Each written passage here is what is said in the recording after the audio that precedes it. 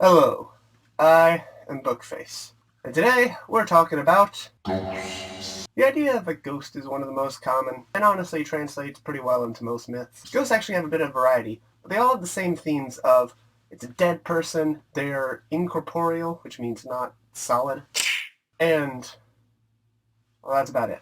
And while sometimes ghosts aren't really that dangerous, like they might just be a little creepy, sometimes they can make more ghosts. So let's jump right in. The first form of ghost we have is the poltergeist, which most people know because of, the famous horror movies. Those ones where there was supposedly a curse because just about everyone working on the movie died. The word poltergeist is actually German, translated into noisy ghost. This is because poltergeists most commonly just make weird little noises, move stuff around, destroy things, stuff like that. Along with those simple things, poltergeists have also been known to pinch, bite, and just kind of trip people. Now that's just rude, but it honestly sounds kind of comical. I'm just imagining like a ghost just kind of sticking out their leg and somebody tripping over it, then freaking out. Additionally, poltergeists have been known to make objects levitate, to just randomly knock on doors, or to slam them incredibly loud. Of course, then you have the really bad poltergeists that go a step further and try to set your house on fire. Generally with poltergeist sightings, the things that the poltergeists do start out fairly small and simple, but begin to escalate over time. Additionally, poltergeists are unique in the fact that instead of haunting a house or some other building like an abandoned church or a hospital or asylum or any other cliche horror movie location, poltergeists actually haunt a specific person. You got your own spectral stalker. Some of the most famous cases of hauntings involve poltergeists. Incidents such as the Amityville Horror, the Bell Witch, and the Enfield Poltergeist. Because of how the poltergeist increases what it does over time and how it can move things and light things on fire, it is generally considered to be one of the most dangerous forms of ghost. The next form of ghost we have is the Myling, which is a ghost from Scandinavian folklore. Along with Myling, these creatures are also called Utbird and, I'm going to butcher this pronunciation, Itirieko. A common belief for the origin of Mylings is that they are children who died before they were able to be baptized and therefore cannot enter the afterlife.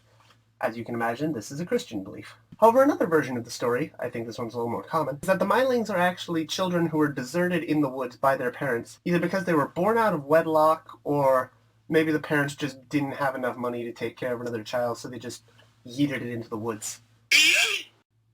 That's an image. This is backed historically because of the name Utbird, which translates to that which is taken outside. In this version of the myth, the Myling will hang around the same patch of woods that it was abandoned in and haunt that specific area. In all versions of the myth, the Myling has the goal of being reburied so that its soul can finally be put to rest. However, the problem with this is that to do this, they jump on a traveler's back and demand the traveler go bury them. The problem with that is that the further the traveler walks, the heavier the Myling gets. It eventually gets so heavy that it often makes the traveler sink into the dirt or crushes their spine, I don't know. If the traveler isn't already dead from, crushed spine, then the Myling will kill them because it's angry that it didn't get to be reburied.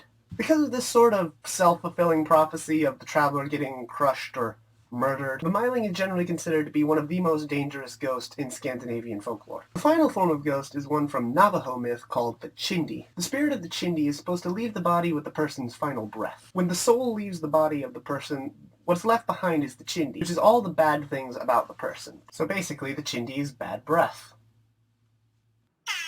The Chindi tends to linger around its bones and possessions from life. Because of this, these were often destroyed after a person died, because Chindi are just super materialistic. Additionally, it was also believed that a Chindi would attach itself to a building if it died. Because of this, people tried to have people die outside. All I can imagine is somebody in the middle of dying in their house, and somebody just dragging them outside. If somebody does die in a house, it's typically abandoned for fear of the Chindi. However, when the person dies outside, the spirit can sort of just disperse into the air.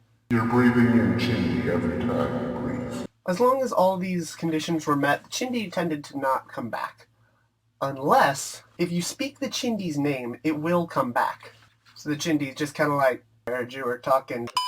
While Chindi couldn't directly cause death by, stabbing someone, the Chindi caused illness, which eventually led to death. Probably by, breathing in the ghost air. Probably not good for your lungs. So, there were 3 different forms of ghosts from different mythologies around the world. If you like this video, please give a thumbs up, comment down below, and subscribe to my channel. Go watch my last video I did. It was on fairies. Took me a second. And I'll see you in the next video. Bye!